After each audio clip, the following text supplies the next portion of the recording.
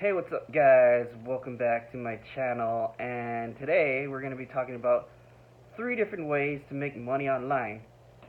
While there's more than just 3 ways to do it, we're just going to pick out 3 out of the humongous net of things that you could possibly do to make money online. So, what we're going to be talking about today is the traditional stock market way of making money online, selling physical products, and selling digital products.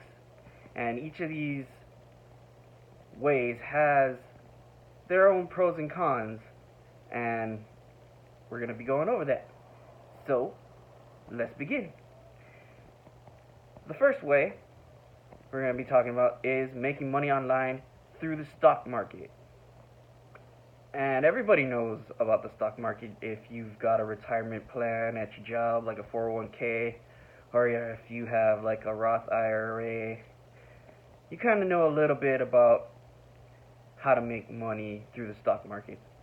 And I'm pretty sure you do a lot of your changes for your 401k and stuff online and not through like a traditional broker, although some of you might. And recently there have been a ton of apps that have come out on mobile that allow you to trade stocks super easy, like things like Robinhood or Acorns lets you buy and sell stocks online really simply from your phone. So basically how it works is you could do it the traditional way, which is buy a stock when it's cheap, wait until it hits a high note, and then sell it for cash. There are some other ways you can do it, like through options, which is a little complicated, but you can make a ton of money through options if you do it the right way. And or you can just day trade, pretty much just sit at your computer and watch it fluctuate, and as it goes up and down, you just like buy and sell throughout the day. Although, who wants to really do that? And that's where the cons come in.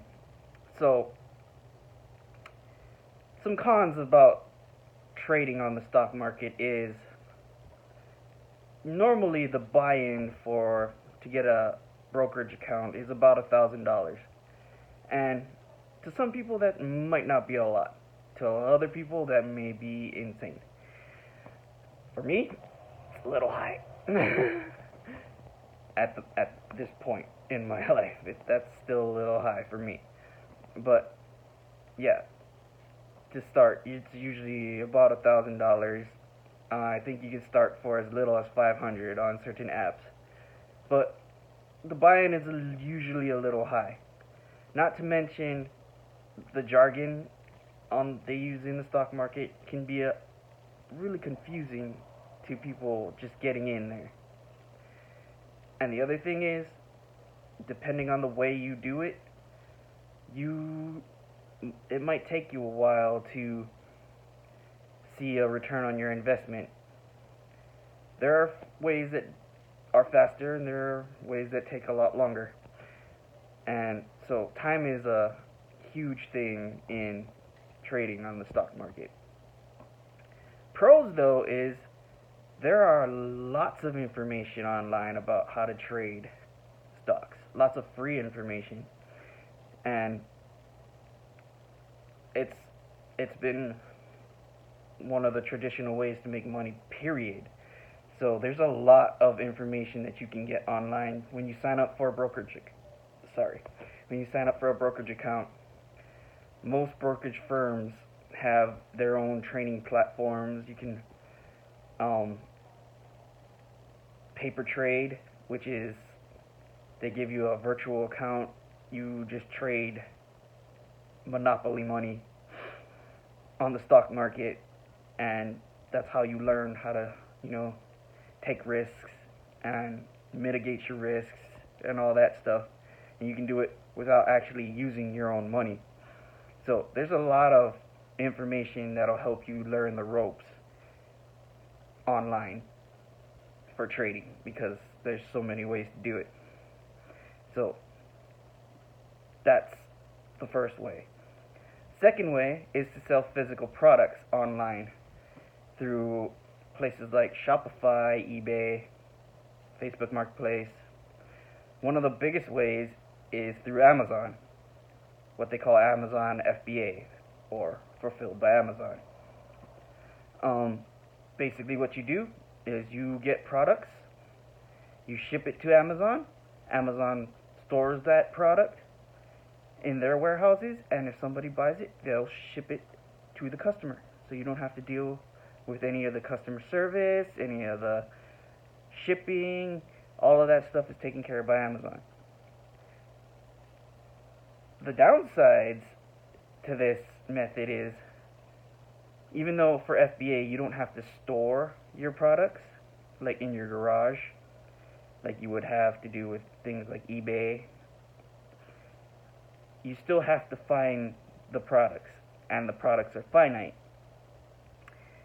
And so you need to find them and store them somewhere before you ship them to Amazon, because you can't just send like one thing to Amazon. It wouldn't be cost efficient. And another con is finding these products. You need to do the research to find these products, because you can't just sell whatever you want. I mean, you could, but it won't sell sometimes, because there are things on Amazon that just don't sell, and you have to know your market, and you have to do the research and take the time to figure out if this product will actually sell. A good thing about Amazon is that they're Amazon, so the customers are coming there to buy stuff. So they're already in the mindset that they want to purchase something. They just need to know what to purchase or what they want to purchase. They're going to come there to find something to buy. They're already in that buying mindset. And yeah, like I said, Amazon stores your product and they ship it out. They handle all the customer service, all the returns. You don't have to deal with any of that stuff. The only other downside, another downside, is that Amazon controls your customer base. So you don't actually have access to resell to customers, because Amazon has control over that. But we'll get into that in another video when we talk about Amazon FBA. The last way to do it is to sell digital products. Things like ebooks, digital courses, things like, PDFs, that kind of stuff. Or even services like email autoresponders or website hosting, all that kind of stuff, all the digital stuff online. Downsides to this is that there are tons of things that you can sell. So many things that it might be overwhelming. So like, you can think of anything in any niche that you want to think about. If you got like a gardening product, there's probably a digital product for that. Like how to grow roses, there's probably a digital product for that. It's like, there's a lot of things that you can sell, and not all niches are created equal. Obviously, the best way to think about it is sex, money, and love. Sex, money, and health is the three biggest niches where most of the people searching for things will probably buy from. Another downside is there's a lot of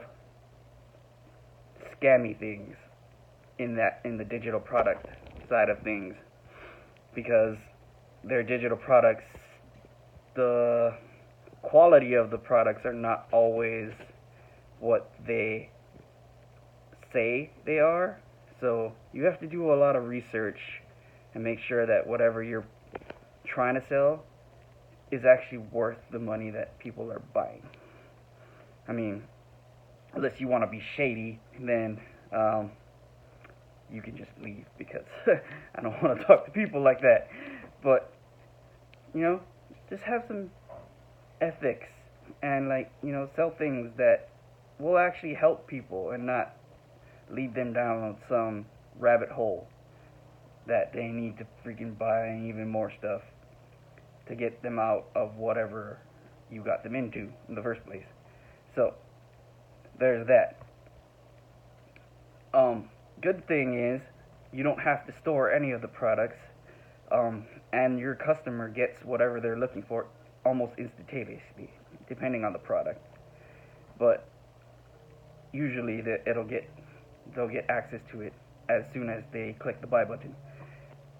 So there's that. What I'm gonna be doing on this channel is talking about digital products, specifically affiliate marketing. So, what is affiliate marketing? Basically, you got a digital product, say like an ebook. You tell somebody to buy that ebook. If they purchase it, the person who's selling the ebook will give you part of the money that he made because you referred this person to buy this ebook. That's basically the gist of affiliate marketing. We'll go into more detail about it in another video, especially when we're talking about the product that I'm currently trying to promote, which, if you want to check it out, it's going to be in the link in the description. So just click the link, follow along, read about it, and in the next video I'll go into more detail about what exactly it is. It's called Funnel Express, and it's really interesting because if you follow a lot of financial gurus, or you know, you've read Rich Dad Poor Dad or something like that, they always talk about how you need to have multiple streams of income, because, you know, like if you only have a job and you lose that job, your income is gone. So you always have to have multiple streams of income, just in case one gets taken away, you still have other ones to make up for it. And this one product, Funnel Express, not only has a training module to help you with your affiliate marketing, there's also five other ways that you can make money through it as well. So tune into the next video and we'll talk about Funnel Express. If you want to check it out earlier, click the link in the bottom in the description, and we'll see you next time. I'm ChronoXF. Peace out.